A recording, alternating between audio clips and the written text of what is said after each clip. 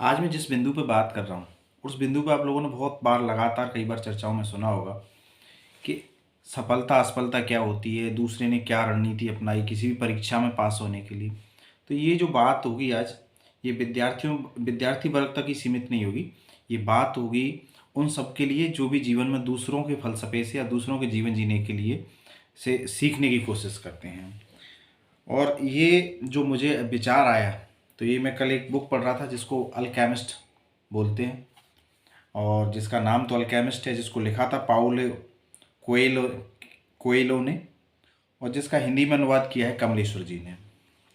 तो ये बुक एक गडरिये के ऊपर है, और वो गडरिया किस तरीके से अपने जीवन में परिवर्तन लाता है, और जो उसको करना था, जिसकी चाह उसको थी, उसके लिए वो किस तरीके से कार्य करता है। और इसका एक फेमस जो कह सकते हैं, एक डायलॉग कह सकते हैं, संवाद कह सकते हैं, या आपकी एक कथन कह सकते हैं, और वो था इसका कि जब कोई व्यक्ति किसी चीज़ को पाने के लिए कोशिश करता है, तो कायनात या पूरी सृष्टि उसको उस चीज़ को प्राप्त कराने के लिए षड्यंत्र रचती है।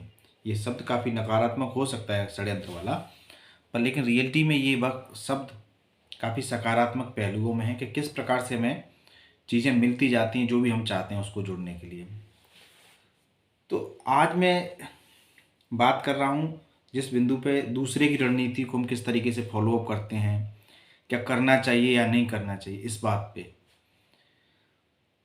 जब भी परीक्षाएं होती हैं उसके बाद विभिन्न स्थानों पर आपको टॉपर्स के फ़ोटो लगे मिलेंगे। तो हो सकता है कोई एक बिंदु ये भी कह सकता है मुझसे कि आपको टॉपर से जलन है, इसलिए आपने इस तरीके की चीज़ें डाली हैं।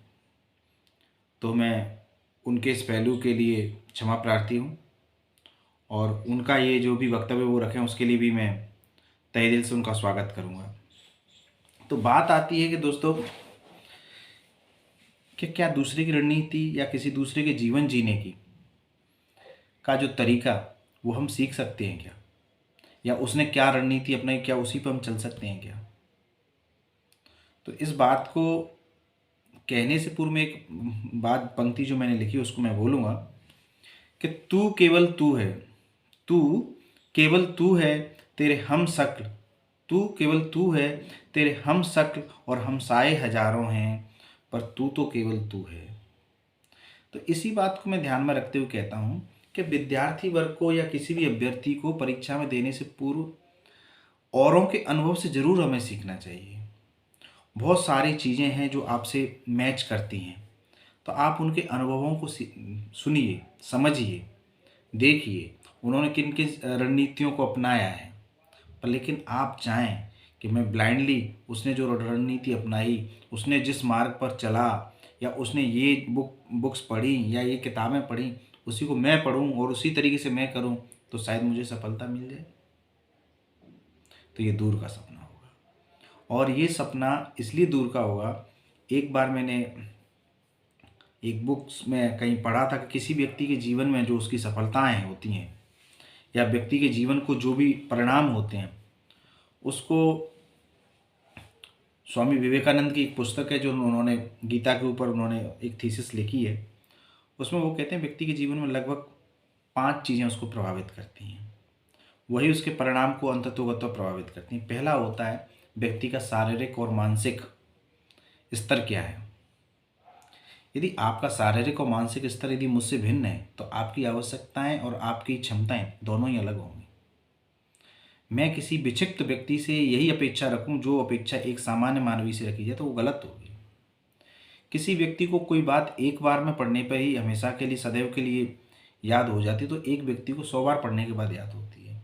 यदि मेरे केस में देखा जाए तो मैं एक बात को 2 बार बोलता हूँ और 2 बार ही उसको रटता हूँ, उसके बाद ही मुझे याद होती है, तभी उसका मेरे को अर्थ समझ में आता है। पर लेकिन कई लोगों को एक ही बार में समझ में आ जाता है। तो मेरी आवश्यकता और मेरी शारीरिक और मानसिक क्षमताएं दोनों ही अलग हैं। दूसरा होता है उस व्यक्ति का परिवार कैसा है। आप लोगों ने देखा होगा कई परिवार बड़े सपोर्टिव होते हैं। कई परिवारों में चीज़ें हों या ना हो, वो अपने बच्चों के लिए सब कुछ उपलब्ध कराने की कोशिश करते हैं।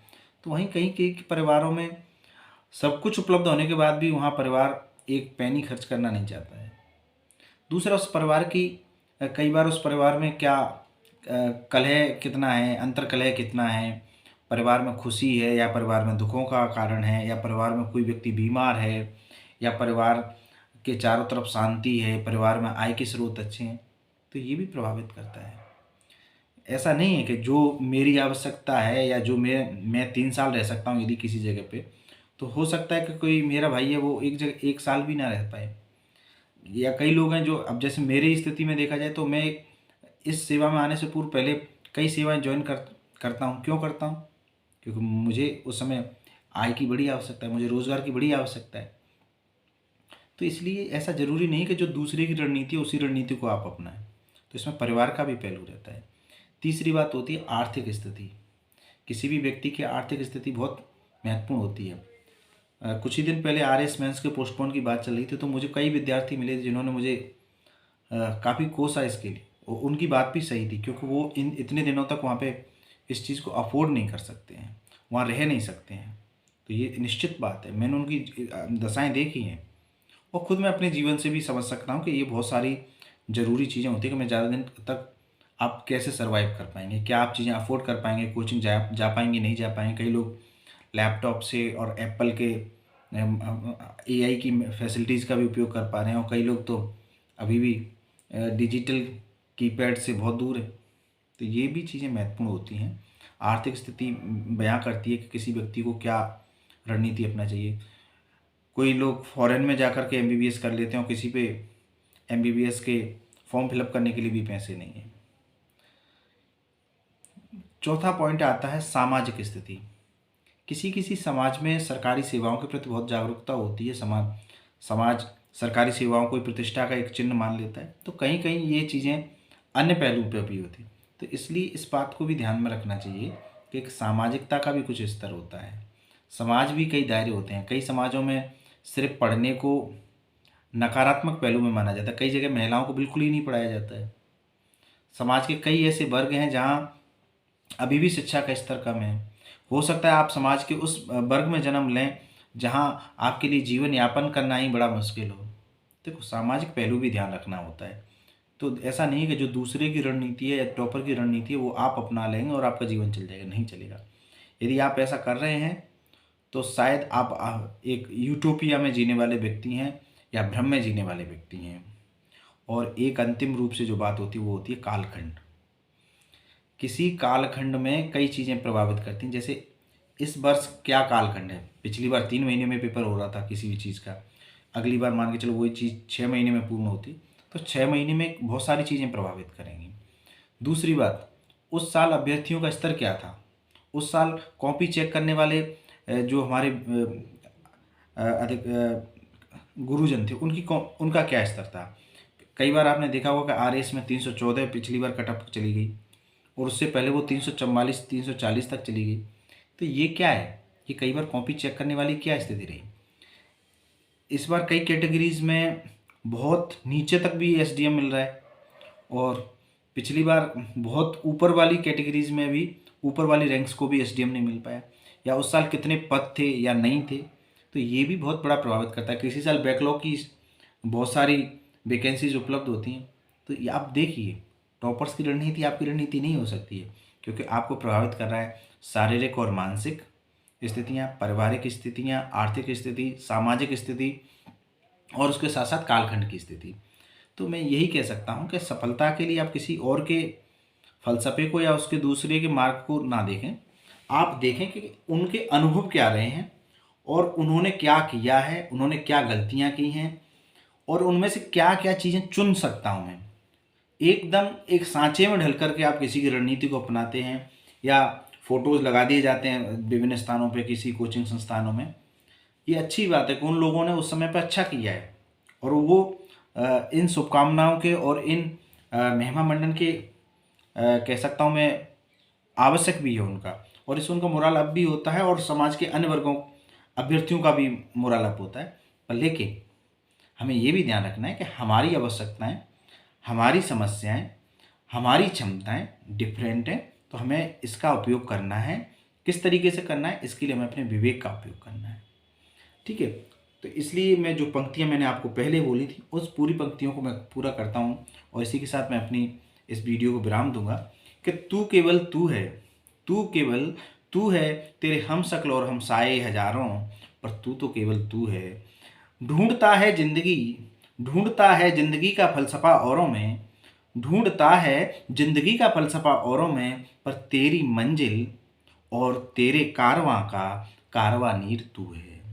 पर तेरी मंजिल और तेरे कारवां का कारवानीर तू है। इसलिए मैं यही कहूँगा कि औरों की समस्याएं, औरों की स्टेज आप जैसी हो सकती है, पर लेकिन वो पूर्णतः आप नहीं हो। आप अपने आप में स्पेशल हो, और आप अपनी स्पेशल रणनीति बनाएं और लोगों से अनुभवों को लें, साझा करें।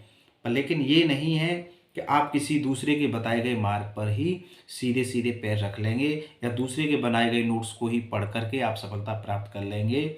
या कई बार लगता है कि 100 नोट्स वहाँ से उपलब्ध हो जाएं, मैं उन 100 नोट्स को पढ़ लूँगा और मैं सफल हो जाऊँगा। तो ये आप भ्रम में जी रहे हैं। आपको अपने मानक स्तर स्वयं क्रिएट करने होंगे। ठीक है, समाज में इस समय जो वर्तमान में स्थितियाँ चल रही हैं, लोगों को प्लेट में परोस कर खाने की आदत है। तो मैं यही कहूँगा कि आप प्लेट में परोसकर कब तक खाएंगे। आपको खुद को अपने मानक स्टैंडर्ड्स तैयार करने होंगे। आगे जीवन आपका है, आपको अपने जीवन की नैया को किस तरीके से आगे ले जाना है, ये आपको मार्गदर्शन देना पड़ेगा। खुद आत्मचिंतन करना होगा। ठीक है, बहुत बहुत धन्यवाद, आपने मुझे सुना। नमस्कार।